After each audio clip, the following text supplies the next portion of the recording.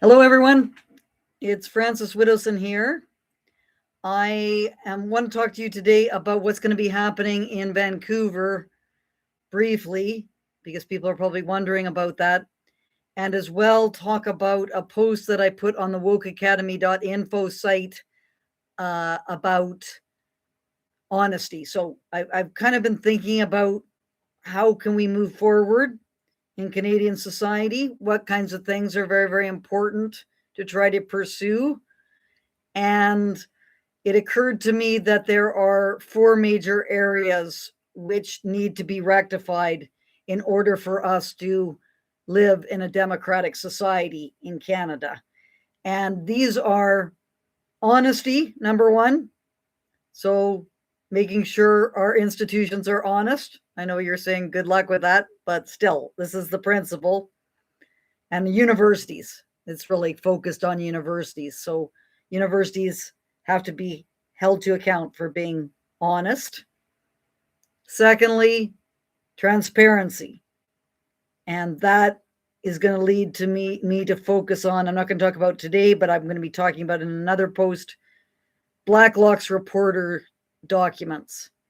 And we have an order now for the government to release these documents, and they are going to be at the end of February, I guess, around February 20th. Now, the question is going to be, what are the redactions going to be like in these documents? And we got 283 emails previously, and they were seriously redacted. There should be no redactions. That makes no sense. It's just hiding things, because the Kamloops Indian Band announced that they found the remains of 215 children. So they're the ones who made it public. Now they can't say, oh, well, this is all confidential, which was the claim before. So that's the transparency. I'll talk about that another date. I do have the 283 pages that I want to post to talk about them. Number three, accountability. And what we need is the opposition to be acting like an opposition, federally, especially. So we had $12.1 million that were allocated for excavations at Kamloops, public funds. Why is the opposition in the House of Commons not asking questions about where that money went? So pressure, serious pressure, needs to be placed upon the opposition to hold the government to account. And that's something that I want to be talking about in another post. And then finally, for those who are fans of George Orwell, the satirical novel Animal Farm, there was written on there's some kind of principles for the society, and it was all animals are equal. That's how it started. And then it got changed to some animals are more equal than others. So that's what we have to fight against. And the more equal than others, Section 35, the Constitution, where you have existing Aboriginal and treaty rights are affirmed. That's got to go. That's not going to work. And we've waited until this long to figure this out. It was put in there in 1982 without knowing what the implications were going to be about it. And now we know, which is Aboriginal title is going to usurp fee simple title. And Aboriginal people can own, if they move to a location like every other citizen in Canada, they can own fee simple title. But we, as non-Aboriginal people, cannot own Aboriginal title. So this is the problem. So we all need to be equal legally. This isn't the case. If we all switched rights, like if Aboriginal people received all the rights that I had and I received all the rights that Aboriginal people had, how would we be different? Well, I would have lots of extra rights if I got, if I switched rights with an Aboriginal person. And that's not, and we got convinced to do this because we were told that this would be beneficial to the marginalized members of Aboriginal communities. It's the opposite, because it allows those marginalized members to be under the thumb of tribal politics. And that is something we have spent thousands of years trying to work our way out of. So these are principles, ideas that I want to explore more, and I'm going to be exploring in Vancouver. But today I wanted to talk about honesty, which is the first one. And universities, I'm going to press you to be honest and to retract. All universities, you need to retract the false statements that you have made. And people are familiar with the University of British Columbia. On January 22nd, Thursday at 11 a.m., we're going to be starting our journey, our UBC journey, at the Indian Residential School History and Dialogue Center. And it's on, I think, called Learners, ironically called Learners Walk. There's not a lot of learning that's going on there, let me tell you. It is indoctrination, massive indoctrination. But we want to do a little bit of a walk and talk around UBC, take a visit to the UBC House of Learning, First Nations House of Learning, visit Jolie Viveros, and you've got Johnny Max in charge of the Residential School History and Dialogue Center, or as I call it, the Monologue Center. And then we want to take a little bit of a walk over to, after meeting with Jolie, my favorite, then we're going to go to Department of Anthropology, which is quite close by, which has been spreading all sorts of misinformation about how GPR, they claim, indicates the existence of remains. And that is false. That is not true. And this, of course, has led Jolie to say that the remains of 215 children are at Kamloops, because GPR from Sarah Bollier said this was the case. And then Andrew Martindale, that's the archaeologist who's largely responsible for the stuff that's been going on at the Department of Anthropology. So I've seen some chatter on social media already about UBC. I'm ready. I'm seriously ready for UBC. And if you want to arrest me, UBC, go ahead. But you are going to be held to account. It does not matter one way or the other. And I am hoping that you just allow the discussions to take place. No one that I know is going to lose their cool at all. We are just going to engage in discussion with the people who are going to show up. If they do, I have no idea what to expect. But I'm looking forward to this. I am seriously stoked to go into the place I used to spend some time when I was a student, from 1985 to 1987. Just, the Sedgwick Library. That's right next to the Indian Residential School History and Monologue Center is the Sedgwick Library. I spent many, many hours wrestling with calculus and physics in that library. So we'll see. So that's UBC. Hopefully see a lot of people there. But that's not what I want to talk to you about today, which is two universities, other universities. University of the Fraser Valley and Simon Fraser University.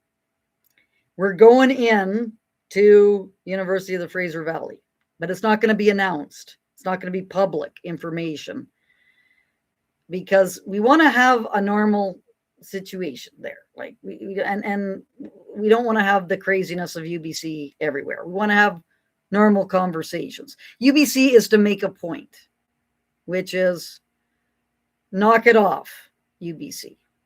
You are supposedly a prestigious research university, and you've been doing all these crazy things, and this has resulted in the falsehoods being perpetuated. And we want to break the self-censorship. We want to go in there with everyone knowing what's going to happen. Whereas the University of Fraser Valley want to take a little bit of a more low-key approach.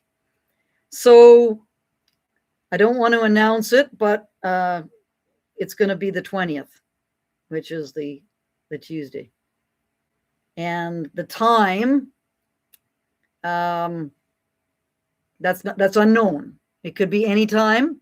If you want to come to the University of Fraser Valley, you can send me an email, last name, first name @gmail.com. Or you can send me a message on Facebook. Twitter, I haven't figured that out very well in terms of messaging, but Facebook, you can do that. And I'll send you the time that we're going to be there.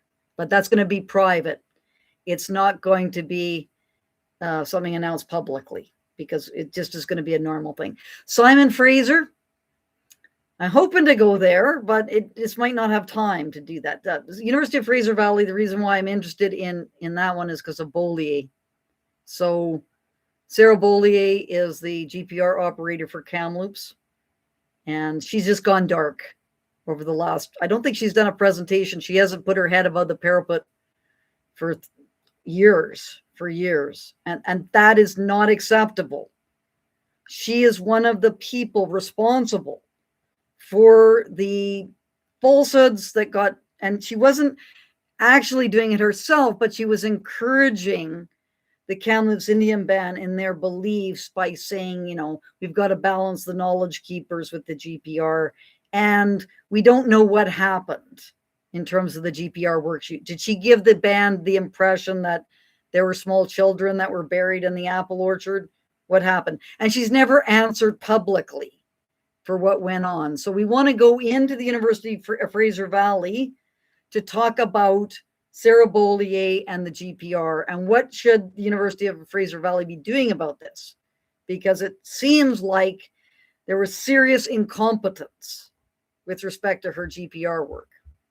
And the University of Fraser Valley, I'm not going to share my screen because it causes technological difficulties, but I've linked this post in the chat, and it's about honesty.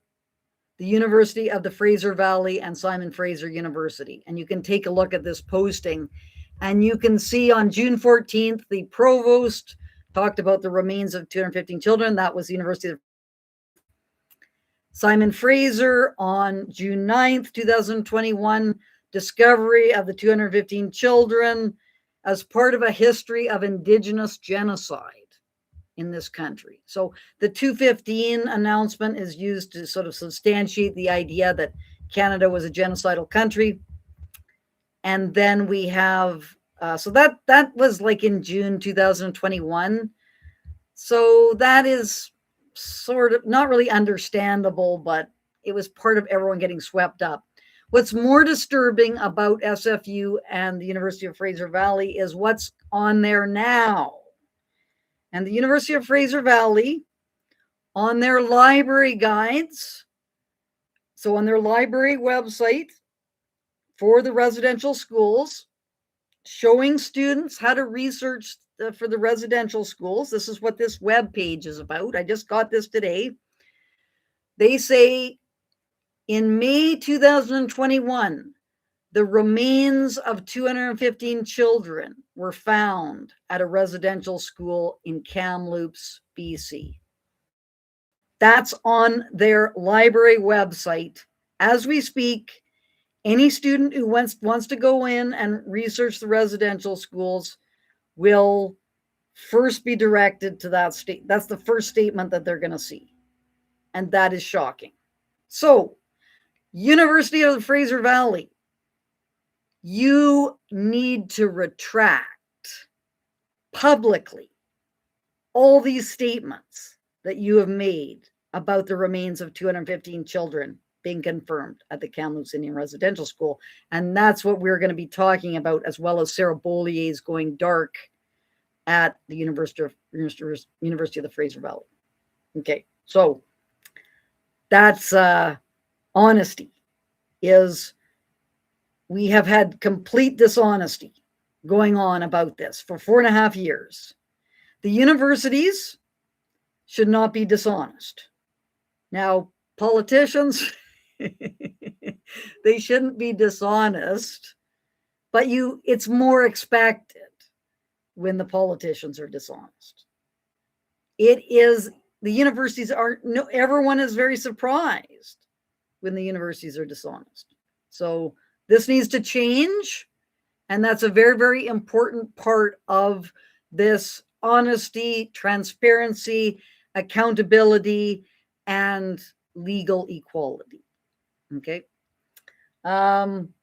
So if you want to go to the University of Fraser Valley on the 20th, which is the Tuesday, send me a message by messenger on Facebook, or send me an email, widowsonfrances@gmail.com, and I'll send you the time that we're going to be there, probably the night before. So on tomorrow night. So tomorrow night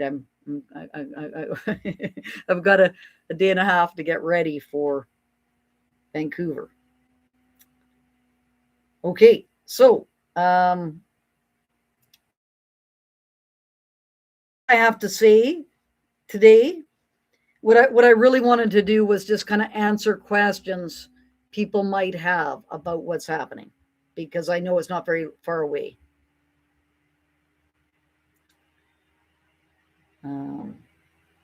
Yeah, so I know Pierre Poilievre, and I'm not a conservative. I used to be an NDPer. I'm what Stuart Parker calls old growth left.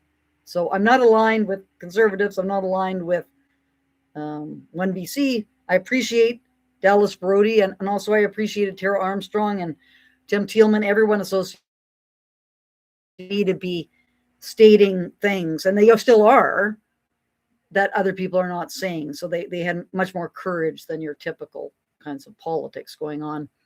But although Poilievre might be, people say he's weak and so on, it doesn't matter. Well, it matters, but what you want to do is you want to put pressure on, like, for example, I'm going to be talking to my MP to say, put them on notice, saying, we know question period is going to be, I'm not sure what the dates are, but I posted that on X. I'm going to, in my thing about accountability, I'm going to note the days for question period that they're going to be sitting. And this has to be constantly, the drum has to be constantly beaten about this. Like, I've got the question that I've constructed already, which is, what is the Minister of Crown Indigenous Relations? What is she doing about this $12.1 million and the excavations? It's not good enough to return the money.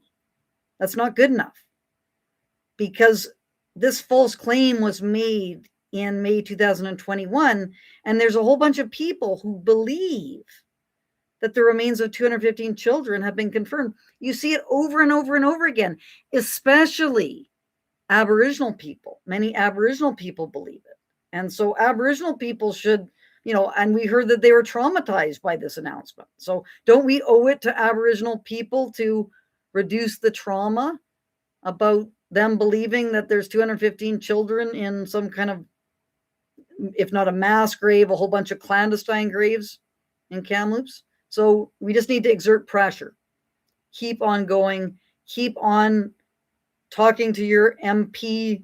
We need these questions to be asked. The other potential area is the Senate. The Senate might be able to start an inquiry or something like that into it, but we need to have a reckoning. We're coming up to the 5-year anniversary, and we need to have the accountability. I'm just looking here. I'm just looking at the questions.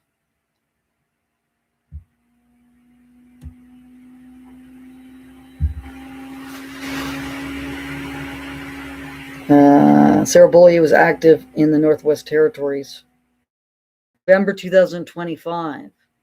Okay. But has Sarah Bollier made any comments publicly in the last few years? I've been monitoring her, like her. I've been doing searches on her for a couple of years. I haven't seen her. She was at the one of these national gatherings for Kimberly Murray, and she did some kind of presentation there. But when we go into the University of Fraser Valley, we're going to be having discussions with whomever's around, asking, what do you guys think about Sarah Beaulier not making comments about the GPR that was done at Kamloops? Do you think that she should? Is that something that should happen? What should the university do?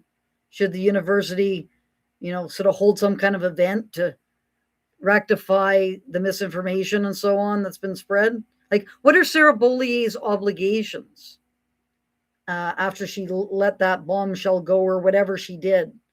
Is she obligated to answer questions and help us figure out what happened at the Kamloops Indian Residential School?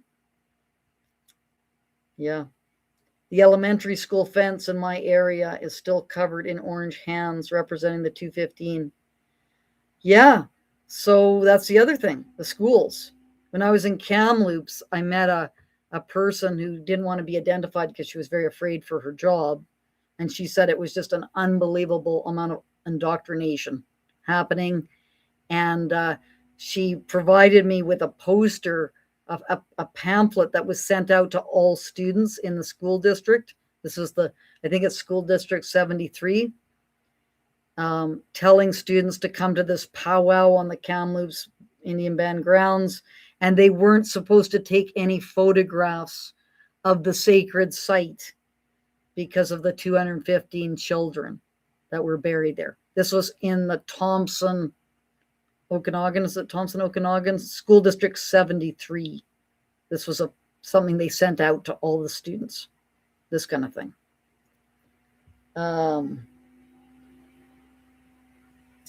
Yeah, no public comments. Yeah, so that's the plan with Sarah Beaulier is to kind of raise questions about her responsibility, what she did.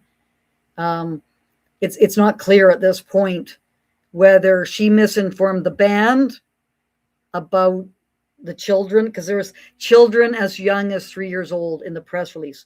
On May 27th, 2021, the press release of the band said remains of 215 children were confirmed, and that some of these children were as young as 3 years old.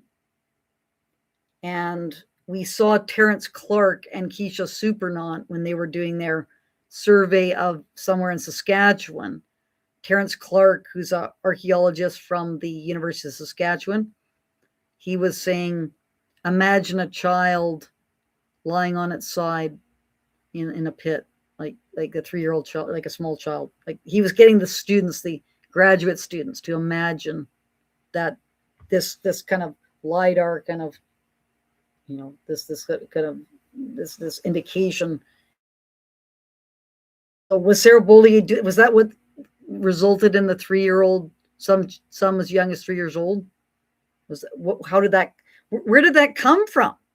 We still have so many unanswered questions about the Kamloops case that we need to get to the bottom of.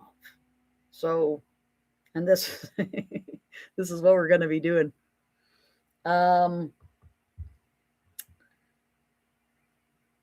So Sarah Beaulier. Yeah. Unquestioned answers. Yeah, that's true. Unquestioned answers. Unanswered questions and unquestioned answers. And the band, when in Making a Killing, which is the 1BC documentary, they went to the Kamloops Indian Band. They were there in 2025. And Dina Jules, who is one of the people who directed the band to look for the kids. This is what is said on the Fifth Estate, CBC Fifth Estate documentary. She said that there were graves, like the band believed there were graves in this quote unquote sacred site. And so, there's a lot of those unquestioned answers, which of course the media is completely hopeless on this file. But if we go ever to ask questions in question period, that would allow the media to cover the question that Polyev had asked in question period. So it's like a massive institutional failure. It's not just one thing, it's all of them acting together. And, we need to have a reckoning now. And that's why I'm very, very intent on just going into these universities. So that's University of the Fraser Valley on the 20th. So that's the Tuesday. Simon Fraser University, which also has been up to all sorts of falsehoods. We need honesty at Simon Fraser. Now, I was hoping to do a panel with Aaron Pete at Simon Fraser. That was my hope. And I had contacts at Simon Fraser. And I was working to get a room booked at Simon Fraser. Aaron seemed to be open to that idea. And of course, Simon Fraser said it was going to need months to plan for this. This is what always happens. So this is a tactic. They tie you up in their processes. So, and that's kind of what made me not want to go into Simon Fraser, because I didn't want to poison the possibility of being able to have a panel discussion with Aaron Pete. I wanted to keep that a relatively untarnished kind of venue, but it's all starting to fall apart now, this possibility, unfortunately, because my contacts there are worried about what's going to happen at UBC. So, and they were saying, have you thought about this? Maybe you shouldn't go into UBC. This is going to make people think you're, whatever. You're not safe to have come and be on a panel. And I'm going, there's just no way I'm going to wait. I've had this happen before. University of Lethbridge, University of Regina. University of Lethbridge, I was supposed to be giving a presentation. Paul Viminitz had invited me. It was supposed to be happening on February 1st, 2023. The president said, although my views were abhorrent, this is Mike Mon. Oh, my views are abhorrent. I would have to be allowed to speak because of the free speech policy. And Paul Viminitz was saying, it could get canceled. I was going, there's no way it's going to get canceled. The president has said that he has to let me speak because of the free speech policy. And then all these indigenizers and horrible faculty members, totalitarian faculty members, and the student association, was it Carvey, Bat, Leroy Little Bear, who is an unbelievable, nonsensical person who is head of indigenization or something. He's the guy who says that, our problem is that we insist on rationality, and we've gone too far with the Enlightenment, and we should have, Aboriginal animistic beliefs, determining what we're doing. Anyway, all these people all acted up, and the president threw up his hands and said, okay, yeah, well, we can't have this because it's a threat to truth and reconciliation if we allow Widdowson to talk on how wokeism threatens academic freedom. So we don't have to worry about answering that question anymore, because it's obviously the case that it does threaten academic freedom. Anyway, I've had this happen. Yeah, same with the University of Regina. Robert Thomas booked rooms. They threatened him. The provost threatened him, said that, there could be consequences for him if he didn't pull back. And then they canceled it because of safety. And that's when I started going in there with the street epistemology, because I don't need your permission. I just go in.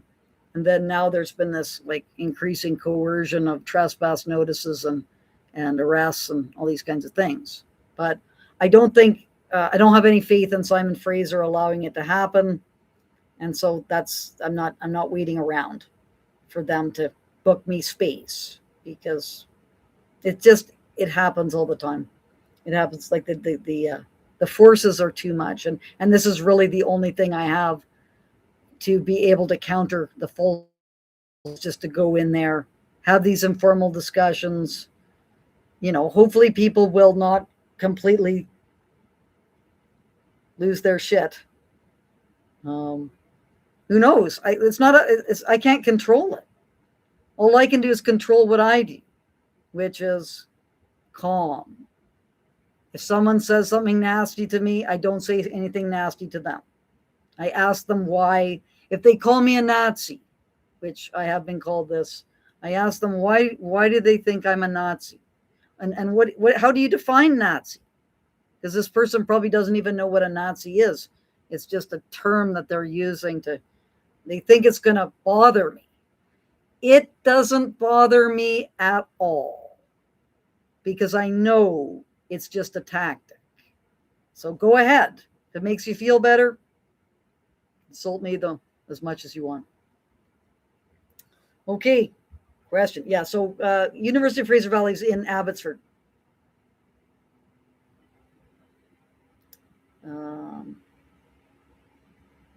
I'm just looking at what else is going on. Yeah, no, that's why I had to go. Len says the billboard gives me more mobility than the mounts. That's why I'm using the billboard.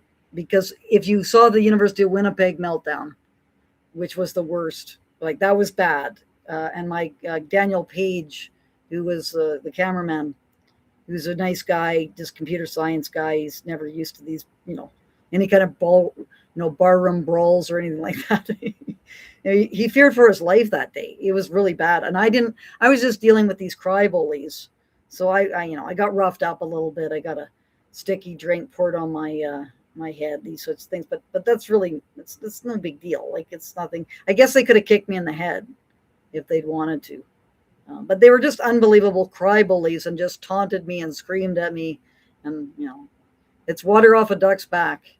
That's not going to work. So, you're going to have to put a gun to my head. Then we'll talk. If you put a gun to my head. I saw the Wyatt Claypool interview. Yeah, no. So Dallas is honest.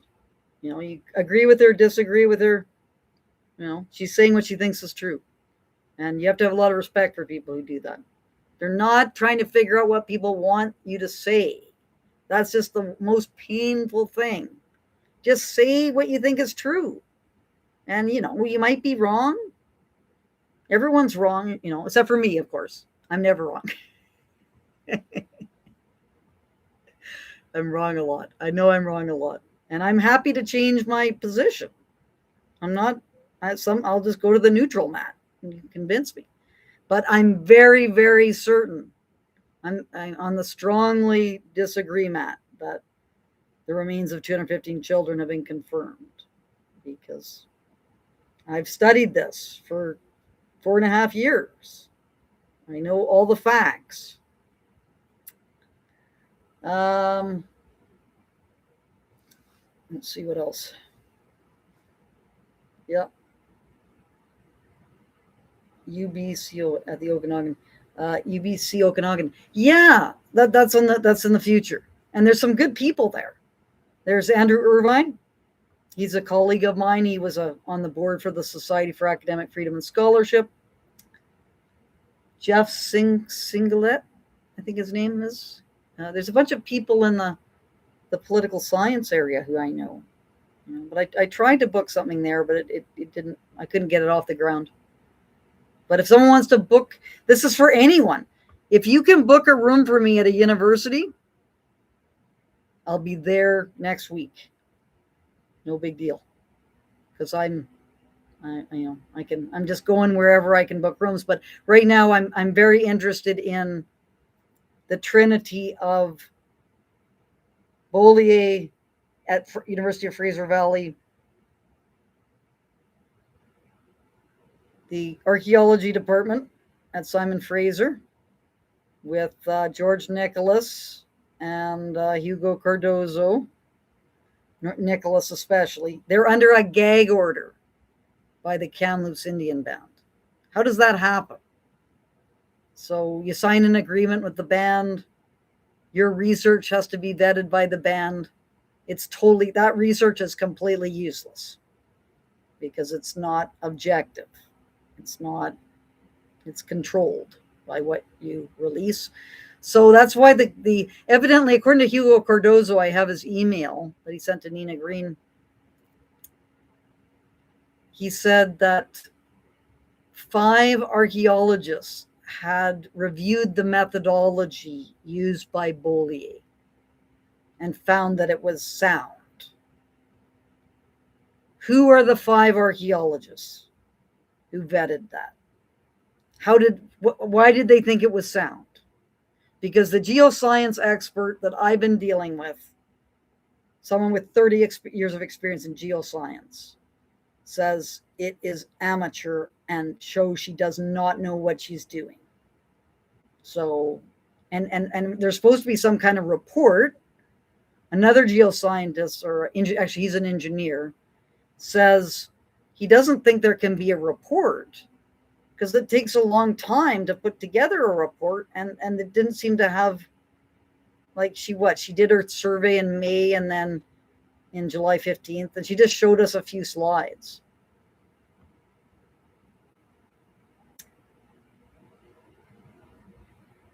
UBC, my fear is that UBC will bar you from entering their property. So how are they going to do that?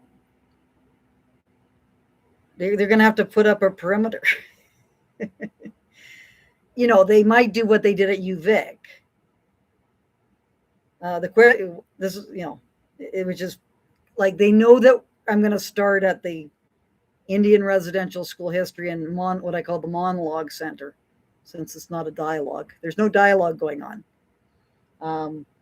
They might have police there, and then they arrest me as I try to stand in front of the monologue center and raise questions about Johnny Mack's post. You should check out the Dialogue Center's website. Johnny Mack put a post about how there should be no debate on the residential schools. It's already known. The truth is already known. They were genocidal, and that's all there is to it. Anyone who challenges this is a denier. And what was the other thing that he put there? Oh yeah, all these people who want quote unquote proof of remains. This is a terrible thing in his view. You should just listen to the knowledge keepers.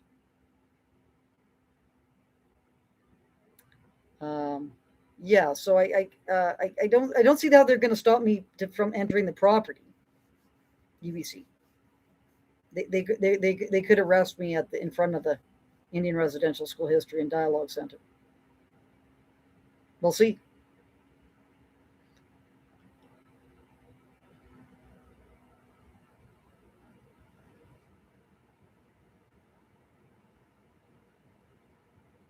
Yeah, archaeology seems to have gone woke, and it's a real shame, because archaeology used to be one of the most scientific of the social sciences.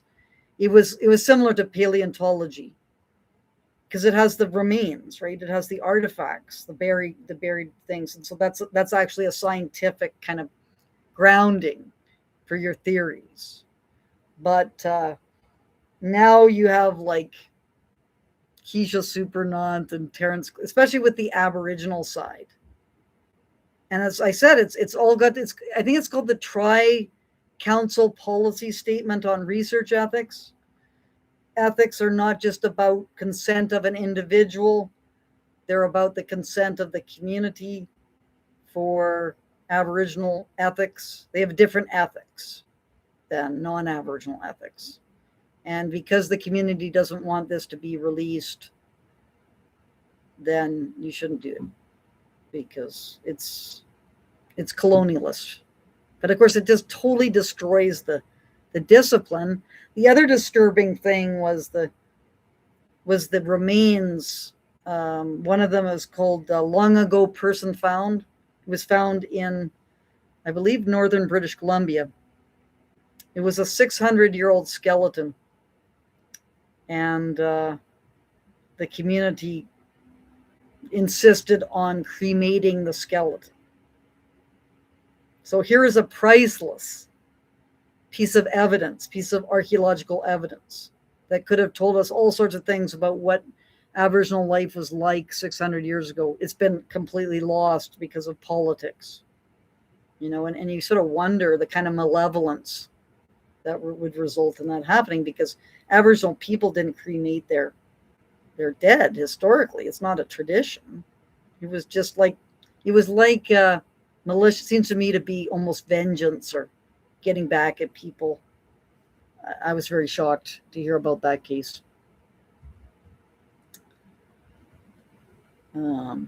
Yeah. So, well, with respect to the shovels, so just once again, Blacklock's reporter, there's 576 pages of documents that are going to be released around February 20th.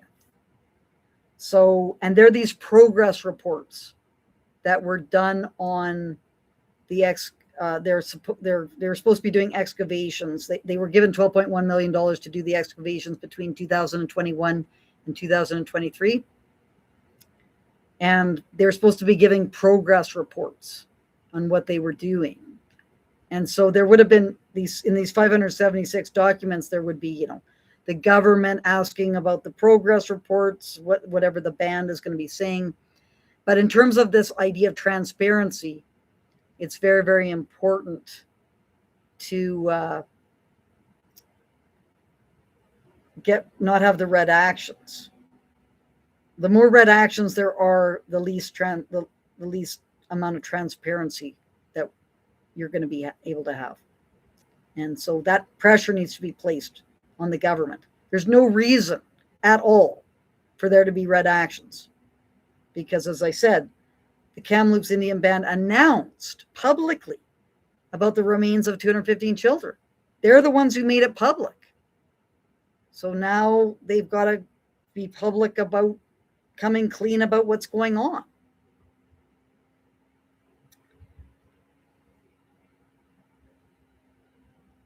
Was something even started in terms of excavations? No, nothing started. So, and you can see the drone footage. We have drone footage of the site. Nothing's there. Lauren Southern and Kean Bexley, they did a drone. They put a drone over it, and they had the stakes. They recorded all the stakes that were supposedly indicating the remains, where the remains were. Which, of course, septic tiles. That's the most likely explanation. Is there were all these septic tiles that were laid where all these anomalies are, and so it's likely that each anomaly, or many of them, relate to the septic tiles. Yeah, the DNA kits. I've heard that.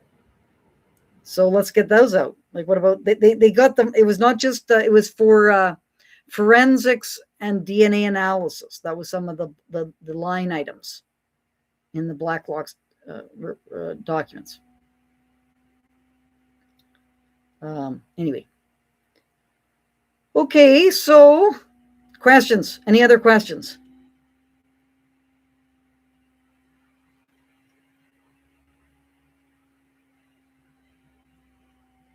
Yeah, animals too. Yeah, like it's the burrows. Defamation suits. I don't know very much about that. I thought that defamation had to be against an individual, but I've been told you can sometimes do defamation against groups being defamed. I don't know if that's true or not.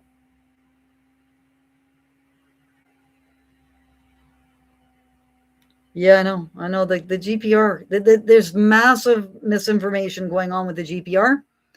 And for that, you can thank Andrew Martindale at UBC, the archaeologist, because he said that on the UBC website, and in the posts that I've done on the wokeacademy.info site, it says that GPR can identify remains.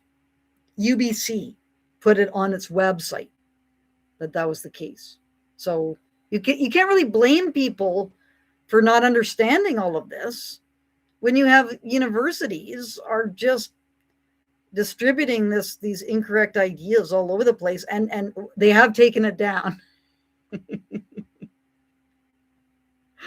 So it used to be up there, it's not there anymore. They're listening to that, but that's not good enough. Like, you can't just take things down under the cloak of darkness. You have to come clean and explain to the Canadian public how you've been misleading them for the last 4.5 years. And even worse, when you have people like me trying to go in there to correct the record, which needs to be corrected, and they're not doing it properly, and they're just totally lost. They go and they arrest me. And yet all the other crazy unhinged people running around assaulting people and smashing things and so on, that's perfectly acceptable. Blocking buildings. I'm going to try to move around, not need space. If there's going to be another group occupying the monologue center, I'll move over to the House of Learning to see if Jolie will come out and have a bit of a discussion, or go off to the Department of Anthropology to see whether Andrew Martindale's around, or I can just move around. I don't need anything. I'm not taking up space. I'm not blocking anything. I'm not doing anything that is wrong or anything. The university can just continue to function. The problem is that the unhinged activists who the university is emboldening and encouraging, all the university has to do is send out an email to everyone saying, hey guys, this is a university. It's an academic space. Ideas are discussed here. If you feel unsafe, you need mental health supports. You should go to your local psychiatrist or whatever, get yourself looked at, check yourself into some facility, because that's not normal to feel unsafe because someone's saying something that you disagree with. Person, and that's on you. You have to deal with your own mental health problems. That's the approach. We cannot have safe spaces at universities. Universities are unsafe for ideas. Now, they should be safe physically.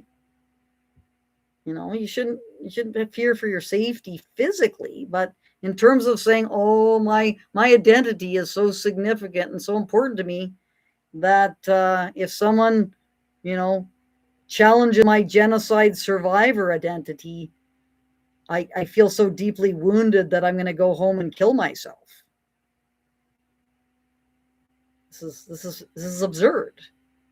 And if you're going to get a lot more of it. And, it's like the super nanny. It's like super nanny says, don't let the young get away with their bullshit. The young have to be called on their bullshit. Yeah, and the cry bully. It's all the cry bullying. I have no time for the cry bullies. And Jolie Viveros, the worst cry bully, one of the worst cry bullies ever, next to Grandma Shingoose. She's the worst. And look, like I kind of feel sorry for Vivian Ketchum, because I kind of see her as an honest person who is just kind of disturbed. But Grandma Shingoose is a grifter, a serious grifter, and she's full of shit. So I don't buy your nonsense, Grandma. Yeah, no, it's true. We're over the target. What is it? The flak is always the greatest when you're over the target. And we are over the target. And, I really think now with the Blacklock stuff, things are moving. Things are moving much more now than they were in the past. And with this going into universities, you can't wait for the space and all this kind of these procedures. You can't get allow them to tie you up with the procedures. It just will go on for years. We're still waiting to go to court for the University of Lethbridge cancellation. So University of Lethbridge was canceled in February 1st, 2023. We're still waiting to go to court on that. That's how long, and it's probably going to be another year, I'm sure. There's just procedural, block all the time.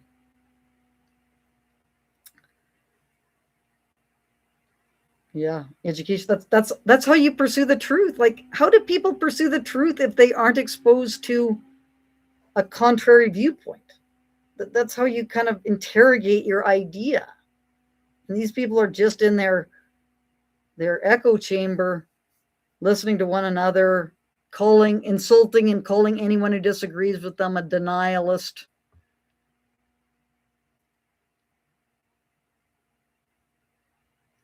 Yeah, I know. They're going to have to stay home on Thursday. This is going to be just them knowing. That's kind of the funny thing, is that they don't even have to see me. Just like thinking about me being there is enough to, make them seriously ill.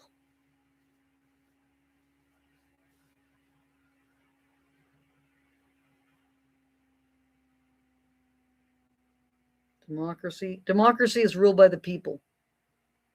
Now, of course, there's different. What does that mean, ruled by the people? Does it mean that we all have equal influence? Does it mean that you vote a representative in? But the idea here is that we should everyone in society should be involved in determining what happens, and we need to put in place mechanisms that allow that to happen. And of course, there's a number of people who don't think that's a very good system, because then you have some people think it should be more of a meritocracy, rule by the smart, or so on.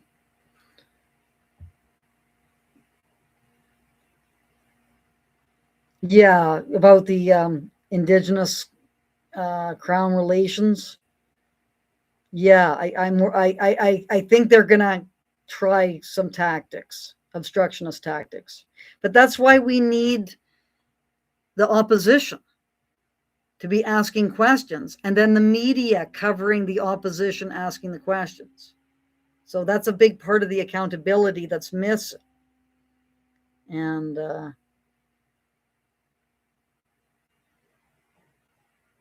anyway, 50% plus one, that's one view of democracy, majority rule. But there's also, in liberal democracy, there's equality, a legal equality, right? Because if you don't have legal equality, then it means that one person's going to be able to have more influence than someone else. So the legal side is kind of an important part of the picture, in addition to kind of the idea of the most people being able to decide, that often the majority. Final chance, people. But what's happening, just to kind of summarize. So I'm doing these posts: honesty, transparency. So honesty, universities got to retract their statements, their false statements. They got to be honest. And I'm going to push them on this every time. And I've got these, I'm accumulating these things on University of Fraser Valley, Simon Fraser, and UBC. Transparency, we got to get those Black Locks documents unredacted. Accountability, got to get the opposition asking questions, and then the media will be more likely to get involved as well. And then legal equality. We can't have some animals being more equal than others. And Section 35, that is the problem. And that's going to be a major task, getting that changed. But when people wake up and find that it's going to cause terrible conflicts, as we're seeing with the Aboriginal title disputes, and it's terrible for Aboriginal people. It's especially terrible for Aboriginal people, because Aboriginal people are constantly being encouraged to see themselves as being special. And no one should see themselves, no one's special. We're all just humans trying to figure out how to make our lives and everyone else's lives better. And that's the ideal. And if I think I'm special, then that means that I'm not going to have any problem with running roughshod over you because I deserve this better thing than you do because of who I am and so on. Nonsense. I'm not special. I have the same faults and insecurities as everyone else, but I want to work with everyone, and I want to work with Aboriginal people. I don't have any problems with that. But these neo-tribal elites, Terry Teegee, Stuart Phillip, Roseanne Casimir, what's her name? Cindy Nepanak. Oh, they're horrible. And they're just selling out their people and wearing their stupid outfits everywhere. That's not real. It's totally fake. Get real. Get a grip. Get real. You're humans. We're all trying to figure out a better way forward. We have lots of problems. Aboriginal people have lots, especially the communities, the unviable communities. Saskatchewan. It's on a floodplain. It's flooded every couple of years. They move everyone out. They put them in hotels while they deal with the sewage that's all backed up in all the houses. It's just that's not viable. Those communities are not viable, and they're horrible places to live with just unreal violence, alcohol abuse, sexual abuse, moldy homes. It's not an environment for people to thrive. And the only reason why it continues is that people don't know what to do about it. They just don't know what to do about it. It's such a huge, intractable problem with the fetal alcohol syndrome rates the way they are and everything, and all the educational problems and on and on and on. But going and running your stupid GPR machines over and pretending that some septic tiles are murdered children, that doesn't do anything for anybody. Okay, well, so we got those different kinds of principles I want to be thinking about. University of the Fraser Valley, the 20th, which is the Tuesday. You want to go, you want to know what time, send me an email, widowsonfrancis@gmail.com, or send me a message on Facebook. And tomorrow night, I'll let you know what time we're going to be meeting. And then the Jewel in the Crown, University of British Columbia, 11 o'clock a.m. in front of the Indian Residential School History and Dialogue/Monologue Center. If there's a problem, can just move along, head over to the First Nations House of Learning. There's a problem there, move along, head over to the Department of Anthropology. But it's just about having discussions and trying to look at the evidence that's being put forward for various claims. It's got nothing to do with me having to have a particular space for myself or anything. It's just what universities should be all about. And to say that I should have to have a permit to go and have some discussions to try to correct the record on the unmarked graves, the false claims that UBC's been making for the last 4.5 years, that's ridiculous. And I'm not going to do it. It's just giving in to their stupid procedures and corporate management techniques. That's not a viable way forward for an academic institution. Anyway, so thanks a lot for joining me. I hope to see you either in Abbotsford on the 20th or at the University of British Columbia on January 22nd. Have a great evening.